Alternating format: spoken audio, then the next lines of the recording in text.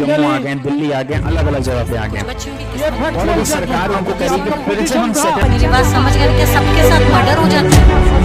क्या सारी बहुएं जला के मार दी जाती? हेलो जुडिशरी एस्पिरेंट्स, कैसे हैं आप सभी। और मैं विजय सिंह परमार पाउचर लॉ अकेडमी के यूट्यूब चैनल पर आपके लिए आज लेकर आया हूं बीएनएसएस का एक छोटा सा टॉपिक।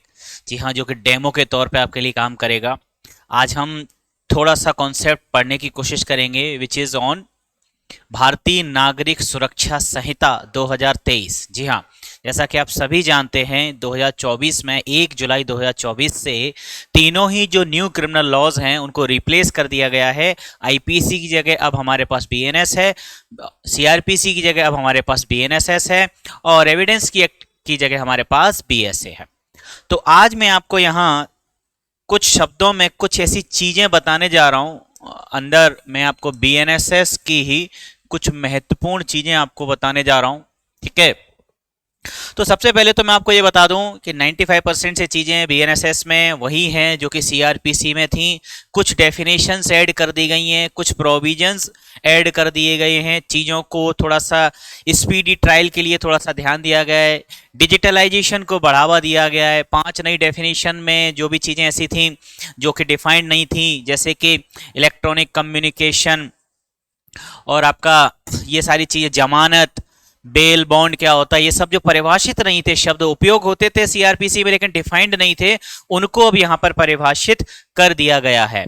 और साथ ही साथ कुछ ऐसी चीजें थी जो कि हम जजमेंट्स के माध्यम से वो एग्जिस्ट तो करती थी लेकिन सीआरपीसी में कहीं मेंशन नहीं थी। फॉर एग्जांपल अगर हम कहें तो 0 एफआईआर, पहले भी ये कॉन्सेप्ट था लेकिन न्यायिक निर्णयों के माध्यम से एग्जिस्ट करता था। ईएफआईआर की अगर हम बात करें तो ईएफआईआर पहले भी होती थी लेकिन अब ये चीजें उन्होंने क्लियरली मेंशन कर दी हैं बीएनएसएस में, जो कि वहां पर नहीं थी, ठीक है। तो अगर हम बीएनएसएस की बात करते हैं तो आज मैं कोशिश ये करूंगा कि आज आपको सारे पॉइंट तो संभव नहीं हो पाएगा लेकिन मेजर पॉइंट मैं आपको यहां पर बताने की कोशिश करूंगा। जो कि आप देखते हैं कि जब भी एक क्राइम कोई भी होता है, कोई अपराध घटित होता है तो हमें क्या करना पड़ता है। अपराध घटित होता है तो एक प्रक्रिया से गुजरना पड़ता है, एक प्रोसेस से गुजरना पड़ता है। क्रिमिनल लॉ की मैं यहां बात कर रहा हूं, तो वो कौन सी प्रोसेस है जिसे हमें गुजरना पड़ेगा, जहां से हमें गुजरना पड़ेगा। सारे पॉइंट्स तो नहीं हो पाएंगे लेकिन मेजर जो पॉइंट्स हैं वो मैं आपको बताऊंगा। तो कोई भी स्टूडेंट जो आज का वीडियो ये देखता है तो एकदम बीएनएसएस जब वो रेगुलर क्लास में डिटेल में पढ़ेगा तो उसको नया सा नहीं लगेगा कि जो भी मेजर टॉपिक्स हैं हम उनको इन शॉर्ट यहां पर डिस्कस करने जा रहे हैं। तो मैं आज की क्लास स्टार्ट करूंगा एक छोटे से एग्जाम्पल के साथ, एक उदाहरण के साथ। मेरा उदाहरण शुरू होता है 2 व्यक्तियों के बीच में जिनमें से एक का नाम है ए और दूसरे का नाम है बी। ए की बी के साथ कोई भी पूर्व रंजिश, प्रीवियस एनमिटी थी, कोई दुश्मनी थी। उस वजह से ए ने एक दिन मौका देखा और बी को गोली मार दी। बी की हो गई यहां पर मृत्यु, बी की डेथ कॉज हो गई। क्या हो गई? बी की डेथ कॉज हो गई। तो जैसे ही बी की डेथ कॉज होती है तो हमारा बीएनएस बीच में आ जाएगा। यहां पे मृत्यु मतलब ये मर्डर है, प्राइमा फेसी तो मर्डर है। हो सकता है आगे ये कल्पेबल होमिसाइड में चला जाए या हो सकता है एक्सेप्शन में चला जाए, वो जैसी परिस्थितियां हैं। मर्डर के भी टाइप होते हैं लेकिन वो आज हमारा टॉपिक नहीं है, वो बीएनएस का टॉपिक है। हम बस इतना देखेंगे अपने बीएनएसएस के पॉइंट ऑफ व्यू से कि कौन सी प्रोसेस से गुजरते हैं। तो जैसे ही ए ने बी को मार दिया तो बीएनएस बीच में आया, बीएनएसएस भारतीय न्याय संहिता 2023, और इसका सेक्शन आया 103 का सबसेक्शन 1। सेक्शन 103 का सबसेक्शन 1 ये कहता है कि जब भी कोई व्यक्ति दूसरे व्यक्ति की मृत्यु कारित करता है, डेथ कॉज करता है, तो उसे सजा मिलनी चाहिए। और ये सजा कौन सी हो सकती? तो ये कहता है कि ये सजा 2 प्रकार की हो सकती है। ये सजा कैपिटल पनिशमेंट हो सकती है अर्थात मृत्यु दंड हो सकता है, और ये सजा लाइफ इंप्रिजनमेंट भी हो सकती है। ये सजा लाइफ इंप्रिजनमेंट या आजीवन कारावास भी हो सकती है। तो आईपीसी ने, या हम कहें सॉरी बीएनएस ने, तो यह कह दिया कि जब एक व्यक्ति दूसरे व्यक्ति की हत्या कारित करेगा, डेथ कॉज करेगा, तो उसे सजा मिलेगी, क्योंकि बीएनएस का सेक्शन 103 की उपधारा 1 ये कहती है, और सजा जो दी जाएगी वो ये मृत्युदंड या आजीवन कारावास हो सकती है। नाउ द क्वेश्चन इज, सवाल ये है कि सजा ये दी कैसे जाएगी, क्यों और किस प्रकार से हम ये सजा दे सकते हैं। तो देखिए, हमें कोई भी काम करना पड़ता है एक सिस्टमेटिक तरीके से करना पड़ता है। Now we are democratic country, तो सभी विधियां हमारे संविधान के अधीन ही रहती हैं।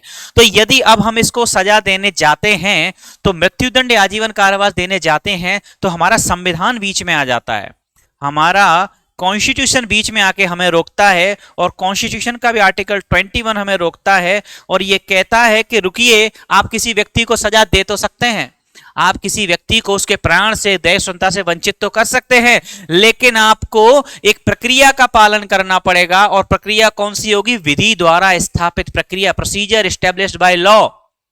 और ये विधि द्वारा स्थापित प्रक्रिया को एक केस आया था, मेनका गांधी बनाम भारत संघ 1978 का केस है। उस मामले में यहां तक कह दिया कि अनुच्छेद 21 में जो प्रक्रिया बताएगी, प्रक्रिया कोई भी प्रक्रिया नहीं हो सकती, प्रक्रिया सम्यक प्रक्रिया होनी चाहिए, ड्यू प्रोसेस ऑफ लॉ होनी चाहिए। तो हमारी जो बात आई निकल करके, जो हमारा की पॉइंट इस प्रोसेस से समझ में आया वो ये है कि हम यदि इसको दोषी ठहराना चाहते हैं, हम इसको यदि चाहते हैं कि सजा मिले, क्योंकि इसने बी को मारा है और किसी को मारना एक अपराध है, ऐसा बीएनएस कहता है, और अपराध है मृत्युदंड, तो इसको हम सजा देना चाहते हैं मृत्युदंड या आजीवन कारावास, तो संविधान का अनुच्छेद 21 ये कहता है कि बिल्कुल आप दे सकते हैं, लेकिन आपको एक प्रक्रिया से गुजरना होगा। और ये जो प्रक्रिया है वही हमारा विषय है, वही हमारा सब्जेक्ट है, जो है बीएनएसएस। जी हां, एक्चुअल में ये जिस प्रक्रिया की बात कर रहा है वह प्रक्रिया ही हम देखते हैं अंडर बीएनएसएस 2023। ठीक है, अब मेरा आप लोगों से एक छोटा सा सवाल है कि जब भी कोई अपराध घटित होता है, कोई भी अपराध हो, एक सामान्य व्यक्ति जो लॉ के बारे में कुछ भी नहीं जानता, लेकिन एक छोटी सी बात है हर व्यक्ति जानता है कि कोई भी अपराध घटित हो तो सबसे पहले भागता हुआ वो ये देखता है कि मेरे पास में थाना कहां पड़ रहा है, कौन सा थाना मेरे पास पड़ रहा है, मैं वहां जाके सूचना दे दूं, पुलिस वाले को क्या दे दूं? सूचना दे दूं। तो ये जो सूचना है, यहीं से हमारी आपराधिक विधि जो है, क्रिमिनल लॉ जो है, ये गति में आता है, यहां से इसका मूवमेंट स्टार्ट होता है, यहीं से गति आता है। तो सबसे पहला काम जो इस प्रोसेस में, एक व्यक्ति गया भागते हुए और उसने लिखवा दी एफआईआर। क्या लिखवा दी उसने? एफआईआर। उस व्यक्ति को मात्र इतना काम करना है, वो थाने में जाकर बता दे कि मेरे साथ ये अपराध घटित हुआ है। तो वो उसने जो सूचना थाने में दी वो एफआईआर कहलाती है। तो फिर है क्या ये एफआईआर? एफआईआर को फुल फॉर्म में अगर हम कहें तो ये होती है फर्स्ट इंफॉर्मेशन रिपोर्ट। हिंदी में इसको प्रथम सूचना प्रतिवेदन बोला जाता है। और क्यों कहते हैं इसको प्रथम सूचना रिपोर्ट या एफआईआर? क्योंकि ये अपराध के घटित होने की प्रथम सूचना होती है, फर्स्ट इंफॉर्मेशन होती है, इसीलिए इसे एफआईआर कहा जाता है। ये एफआईआर कहां लिखवाई जा सकती है? तो धारा 173, जी हां, धारा 173 एफआईआर सीआरपीसी में 154 में हुआ करती थी, लेकिन अब हमें देखने को मिलती है अंडर सेक्शन 173 ऑफ बीएनएसएस। तो 173 में ही अगर हम सबसेक्शन 1 की ही लैंग्वेज देखेंगे तो वहां पर क्लियर मेंशन है कि अब आप क्षेत्राधिकारिता पर विचार किए बिना कहीं भी किसी भी थाने में जाकर एफआईआर लिखवा सकते हैं। आपको ये नहीं देखना कि जुरिडिक्शन कहां है, और पुलिस थाने का भार साधक अधिकारी वो ये नहीं कह सकता कि ये मेरे थाने का मामला नहीं है तो मैं एफआईआर नहीं लिखूंगा, उसे एफआईआर लिखनी ही पड़ेगी। जैसा कि ललिता कुमारी वर्सेस स्टेट ऑफ यूपी के केस में कहा गया था, वही बात अब हम यहां पे उन्होंने क्लियर मेंशन कर दी है कि एफआईआर लिखा जाना। कुछ परिस्थितियां ऐसी हैं जहां पर एक प्रारंभिक जांच कर सकते हैं, उसके बारे में भी प्रावधान 173 में कर दिया गया है। लेकिन मैं अभी किसी भी एक टॉपिक पे डिटेल में नहीं जाऊंगा, थोड़ा थोड़ा सारा आपको मैं बताऊंगा। एफआईआर से शुरू होकर एक्विटल और कन्विक्शन तक मुझे आपको ले जाना है, ठीक है? थोड़ा थोड़ा डिस्कशन करेंगे। तो मैंने क्या कहा कि कहीं भी किसी भी थाने में एफआईआर लिखवा सकता है, और इसी एफआईआर को जीरो एफआईआर कहा जाता है। तो एफआईआर उस व्यक्ति ने किसी भी थाने में जाकर लिखवा दी। एफआईआर लिखने के बाद में पिक्चर में कौन आया? एफआईआर जैसे ही लिखवाई तो पिक्चर में आती है पुलिस। और पुलिस क्या करती है? पुलिस करती है यहां इन्वेस्टिगेशन। क्या करती है पुलिस? पुलिस करती है इन्वेस्टिगेशन, अन्वेषण करती है पुलिस। क्या होता है अन्वेषण? अन्वेषण मतलब पूरे घटना की जानकारी जुटाना, पूरे घटना के साक्ष्य एकत्रित करना। घटना स्थल पर जाएगी पुलिस, घटना स्थल पर जो भी चीजें वहां पर मिलती हैं उनको सीज कर लेगी, उनको अपने कब्जे में ले लेगी। आसपास खड़े हुए व्यक्तियों से पूछताछ करेगी कि किसी ने कोई अपराध, ये अपराध घटित होते हुए देखा है क्या। अभियुक्त को गिरफ्तार कर लेगी, मजिस्ट्रेट से रिमांड लेगी, और जगह जगह और कहीं से भी जो भी एविडेंस, कहीं सीसीटीवी फुटेज मिल रहा है तो वो सारी, है ना, जो भी वहां पर चीजें मिली हैं उनको फॉरेंसिक डिपार्टमेंट में भेजो। ये सारी प्रोसेस जो पुलिस करती है after registering the FIR, this is called the investigation. इसको हिंदी में अन्वेषण कहा जाता है। तो एफआईआर लिखवाने के बाद में पुलिस ने जैसे इन्वेस्टिगेशन कर लिया, इन्वेस्टिगेशन पूर्ण होने के बाद में पुलिस जो करती है वो क्या करती है, पुलिस एक चार्जशीट बनाती है। पुलिस क्या करती है, एफआईआर लिखने के बाद में पुलिस ने एक चार्जशीट बना ली जिसको हम पुलिस रिपोर्ट के नाम से जानते हैं। जी हां, यदि यह बैरेक्ट की लैंग्वेज में बात करें, यदि हम कानून की लैंग्वेज में बात करें तो इसको पुलिस रिपोर्ट कहा जाता है, लेकिन बोलचाल की भाषा में इसको चार्जशीट भी कहा जाता है, इसको चालान भी कहा जाता है। और इससे रिलेटेड प्रोविजन जो आपको देखने को मिलते हैं वो आपको मिलते हैं धारा 193 सेक्शन 193 ऑफ बीएनएसएस। पुलिस ने चार्जशीट फाइल की। अब सवाल यह है कि ये चार्जशीट फाइल पुलिस को करनी कहां है। तो मैं अक्सर स्टूडेंट से यही सवाल पूछता हूं और ये आंसर मैं स्टूडेंट से हमेशा मांगता हूं कि बताइए ये कहां फाइल करनी है। तो ये फाइल करनी है आपको मजिस्ट्रेट के यहां। ये मजिस्ट्रेट जुडिशियल होगा या एग्जीक्यूटिव होगा, तो ये मजिस्ट्रेट होगा जुडिशियल। ये मजिस्ट्रेट कोई भी हो सकता है या ये मजिस्ट्रेट वही होगा जिसके पास अधिकारिता है। तो बिल्कुल ये मजिस्ट्रेट वो होगा जो उस थाने में अधिकारिता रखता है। तो मजिस्ट्रेट के पास जैसे ही आपने पूरा जो इन्वेस्टिगेशन किया उसका एक चिट्ठा बना करके जो आप ले गए, खाका तैयार करके आप जो ले गए, उसे चार्जशीट कहा जाता है, और आपने जाके मजिस्ट्रेट को दिया। तो मजिस्ट्रेट उस चार्जशीट पे क्या करता है, मजिस्ट्रेट उस चार्जशीट पे लेता है कॉग्निजेंस। मजिस्ट्रेट उस चार्जशीट पे क्या लेता है, कॉग्निजेंस, संज्ञान ले लेता है मजिस्ट्रेट। संज्ञान मतलब मजिस्ट्रेट के ज्ञान में आना, क्योंकि मजिस्ट्रेट किसी भी अपराध का विचारण तभी कर पाएगा जब कोई बात उसकी नॉलेज में आएगी। जब तक उसे पता ही नहीं है कि क्या हुआ वो उस पर कार्रवाई नहीं कर सकता। संज्ञान लेने के भी 3 तरीके होते हैं। हम तरीका देख रहे हैं पुलिस रिपोर्ट पे, इसके अलावा परिवाद पर भी हो सकता है संज्ञान, और इसके अलावा सुमोटो कॉग्निजेंस यानी स्वयं या किसी अन्य व्यक्ति से प्राप्त जानकारी पर मजिस्ट्रेट खुद भी संज्ञान ले सकता है। और प्राइवेट मामले में हम डायरेक्ट बिना पुलिस की हेल्प लिए डायरेक्ट मजिस्ट्रेट के पास चले जाते हैं, तो इसे कॉग्निजेंस ऑन कंप्लेंट बोला जाता है उसे। और ये हम जो सिस्टम देख रहे हैं, हम जो प्रोसेस फॉलो कर रहे हैं, जो कॉग्निजेंस है ये पुलिस रिपोर्ट पर जो लिया जाता है उसको हम देख रहे हैं। चलिए, एफआईआर हो गया, इन्वेस्टिगेशन हो गई, चार्जशीट हो गई और कॉग्निजेंस ले लिया। अब कॉग्निजेंस लेने के बाद मजिस्ट्रेट क्या करेगा, कॉग्निजेंस लेने के बाद में मजिस्ट्रेट क्या करेगा, कॉग्निजेंस लेने के बाद मजिस्ट्रेट को अगर नेसेसरी लगता है तो वो एक इंक्वायरी होल्ड कर सकता है। इंक्वायरी कर से ध्यान रखना, इंक्वायरी हमेशा मजिस्ट्रेट या न्यायाधीश जज करेगा या किसी अदर पर्सन से करवाएगा जो पुलिस वाला नहीं है। और इन्वेस्टिगेशन जो किया जाता है, इन्वेस्टिगेशन शब्द हमेशा पुलिस के लिए होता है, तो अन्वेषण और जांच में ये डिफरेंस होता है। इंक्वायरी करेगा कि मेरे द्वारा विचारणीय है या नहीं, प्रथम दृष्टया मामला प्रतीत होता है कि नहीं और मैं उस पर संज्ञान, उस पर विचारण कर सकता हूं या नहीं, तो इंक्वायरी वो कर लेगा। ठीक है। अब यहां पर जब मजिस्ट्रेट इंक्वायरी करता है तो मजिस्ट्रेट को इंक्वायरी के ड्यूरेशन में उसे लगा कि हाँ ये मेरे द्वारा पर्याप्त से विचारणीय है, तो अब क्या किया जाए, अब की जाए चार्ज फ्रेमिंग। क्या की जाए अब, चार्ज फ्रेमिंग या फ्रेमिंग ऑफ चार्ज हम इसे बोलेंगे। इसके बाद मजिस्ट्रेट करता है चार्ज फ्रेमिंग। ठीक है, चार्ज फ्रेमिंग क्या होती है, कॉग्निजेंस के बाद में इंक्वायरी हो गई, चार्ज फ्रेमिंग हो गई। चार्ज फ्रेमिंग क्या होती है हमें यह समझना पड़ेगा। देखिए, विधिवत तरीके से लीगल मैनर में अभियुक्त को यह बताया जाना कि उसने कौन सा अपराध किया है, उसे ही हम आरोपों की विरचना हिंदी में और इंग्लिश में फ्रेमिंग ऑफ चार्जेस कहते हैं।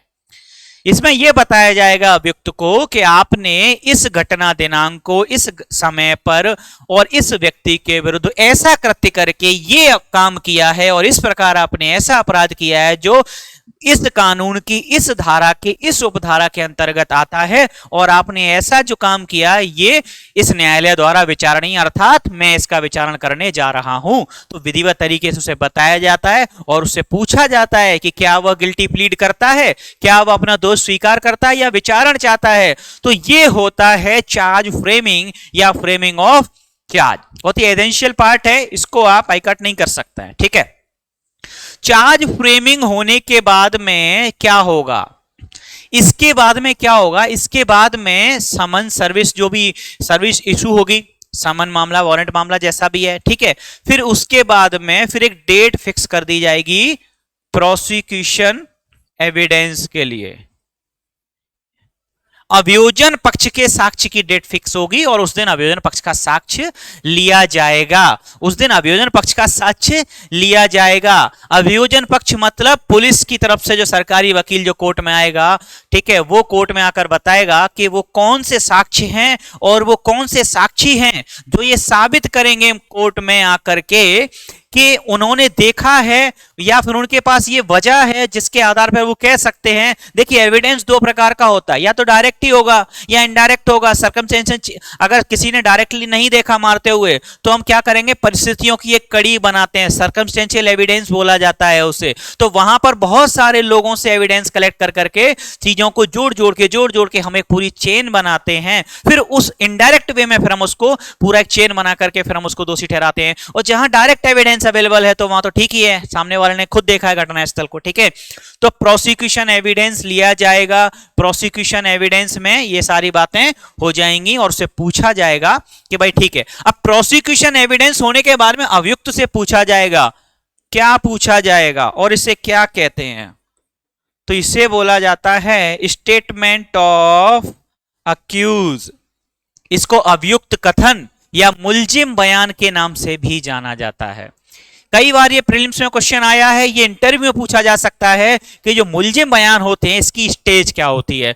तो प्रोसिक्यूशन एविडेंस समाप्त होने के बाद, क्या कहा मैंने, प्रोसिक्यूशन एविडेंस खत्म हो गया, समाप्त हो गया, लेकिन डिफेंस का जो एविडेंस है वो अभी शुरू नहीं हुआ है। तो इसके बीच में एक स्टेज और आती है, उसे हम बोलते हैं स्टेटमेंट ऑफ अक्यूज। इसको अभियुक्त कथन या मुलजिम बयान के नाम से भी हम हिंदी में देखते हैं।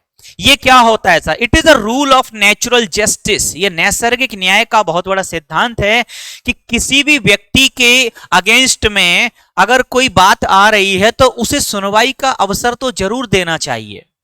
क्या होता है इस स्टेज में, देखिए इस स्टेज में होता यह है कि जब भी एक अभियुक्त के विरुद्ध आरोप लगाया गया कि उसने कोई पर्टिकुलर ऑफेंस किया है, उसने कोई अपराध किया है, तो प्रोसिक्यूशन एविडेंस के जितने भी गवाह आएंगे, जब तक कि उनमें से कुछ हॉस्टाइल ना हो जाएं, पक्षद्रोही ना हो जाएं, तब उससे पूछा जाएगा, जो भी चीजें आएंगी तो फिर अभियुक्त से यह पूछा जाएगा कि क्या कारण है कि सारे के सारे सबूत और सारे के सारे गवाह आपके अगेंस्ट जा रहे हैं। 4 साक्षी 10 साक्षी कोर्ट में आए और सबके सब एक ही बात बोल रहे हैं कि हाँ ए ने ही बी को मारा है। और जो एविडेंसेस आए हैं रिकॉर्ड पर, जो रिकॉर्ड पर एविडेंसेस हैं वो भी एक ही बात कहते हैं कि ए ने ही बी को मारा है। तो इस बारे में आपका क्या कहना है, इसी को कहा जाता है स्टेटमेंट ऑफ अक्यूज, अभियुक्त के कथन या मुलजिम बयान।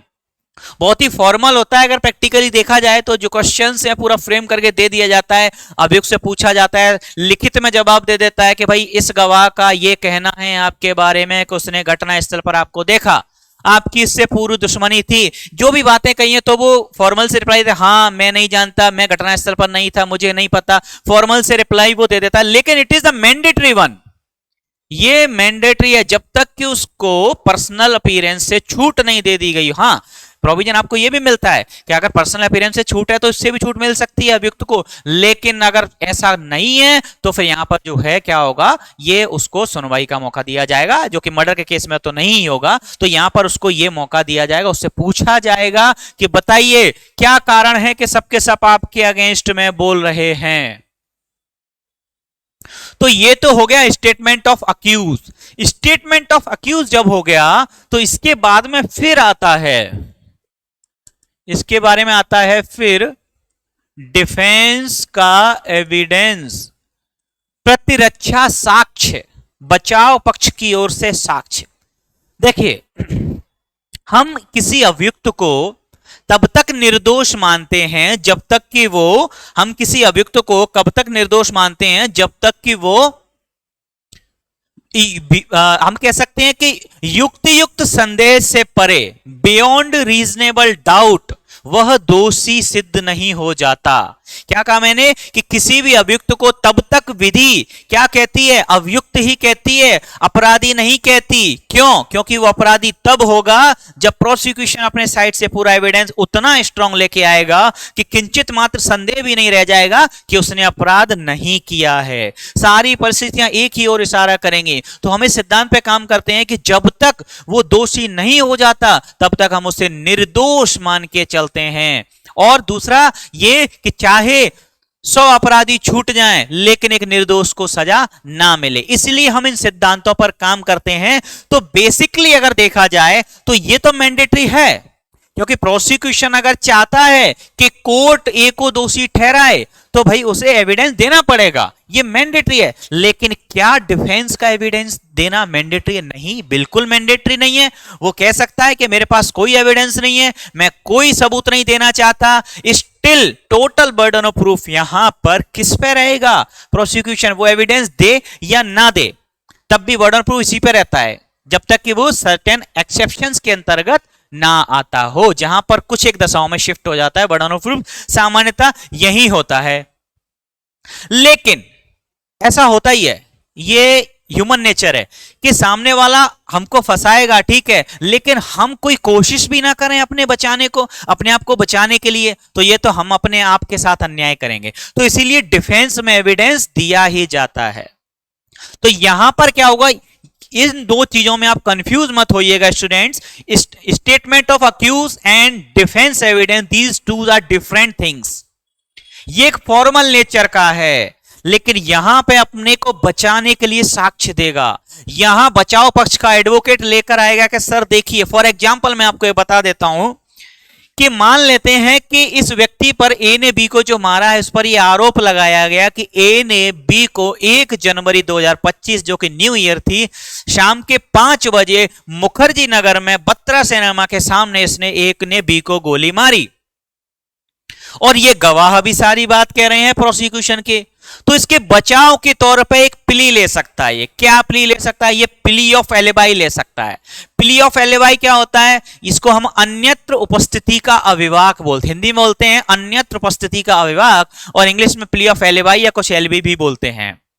यहां वो क्या कह सकता है कि सर जब घटना की बात चल रही है, शाम के 5 बजे की घटना है, तो ये मेरे सबूत हैं कि मैं उस घटना दिनांक को गोवा के एक थिएटर में बैठकर अपने परिवार सहित मूवी देख रहा था। मैं तो पुष्पा 2 मूवी देख रहा था वहां, और ये मेरे टिकट्स हैं जब मैं गोवा गया था, ये मेरे टिकट्स हैं जब मैं वापस आया था, और ये सीसीटीवी फुटेज है जब मैं 2:55 पे उसमें एंटर करता हूं हॉल में, और 6:10 पे जब मैं बाहर निकला हूं। इस ड्यूरेशन में मैं बाहर निकला ही नहीं हूं। तो जब मैं 3 से 6 मैं बैठ करके गोवा के थिएटर में मूवी देख रहा हूं, तो मैं गोवा से इतनी दूर बत्रा सिनेमा पे मुखर्जी नगर में कैसे मैं बी का मर्डर कर सकता हूं? तो ये जो प्ली है इसके एविडेंसेस देगा, बताना पड़ेगा, सारे एविडेंस देने पड़ेंगे। तो ये प्ली ऑफ एलबी होता है। तो ये एक मैंने छोटा सा एग्जांपल बताया, इस प्रकार के और भी एविडेंस वो दे सकता है जो कि उसको बचाने की प्रवृत्ति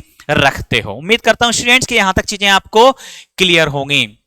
अब डिफेंस एविडेंस होने के बाद में दोनों पक्षकारों का हमने क्या ले लिया? एविडेंस ले लिया।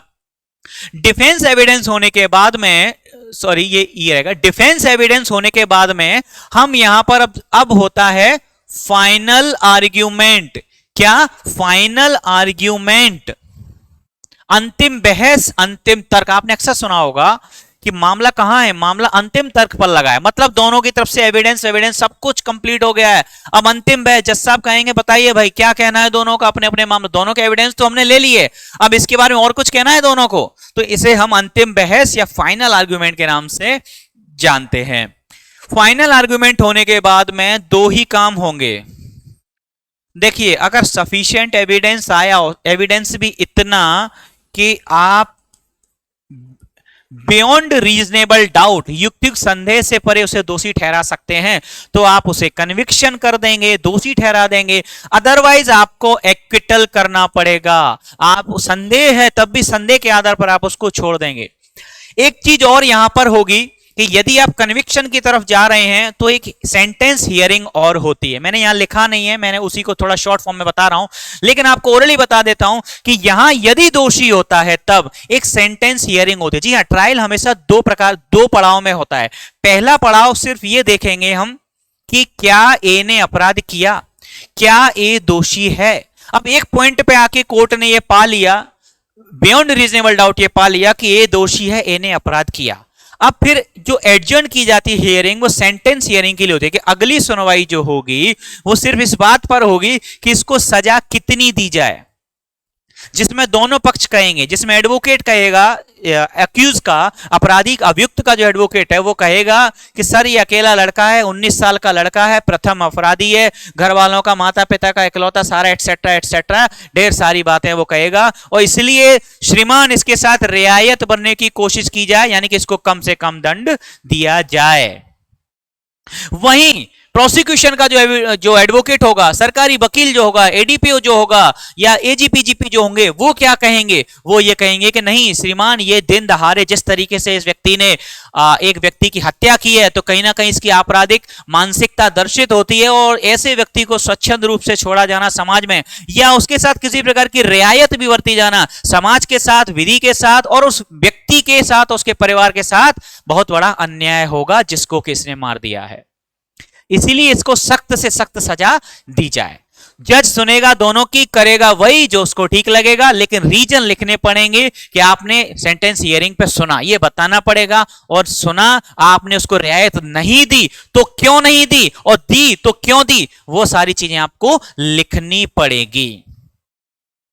स्टूडेंट्स, आपको समझ में आया होगा, मैंने आपको बहुत कम ये 20-25 मिनट के लेक्चर में जो बीएनएसएस के मेजर पॉइंट्स थे जहां से एक ट्रायल गुजरता है, मैं ये नहीं कह रहा कि ये कंप्लीट प्रोसेस है, इसमें कुछ एक चीजें छूट गई हैं समयाभाव के कारण, लेकिन जो भी मेजर पॉइंट्स हैं जिनसे एक ट्रायल गुजरता है वो मैंने आपको यहां बता दी हैं। तो आप यदि आप नए हैं, आप फर्स्ट टाइम बीएनएसएस पढ़ेंगे, तो आपको ये बिल्कुल बीएनएसएस नया सा नहीं लगेगा, क्योंकि कुछ चीजें ये वीडियो आपके माइंड में सेट कर देगा कि मुझे पता है सबसे पहले ये होता है, फिर ये होता है, फिर ये होता है।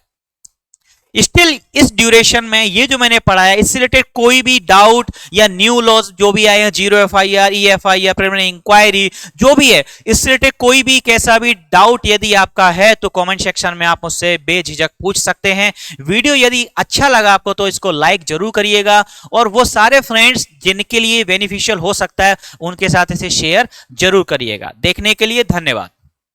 Subscribe for more content.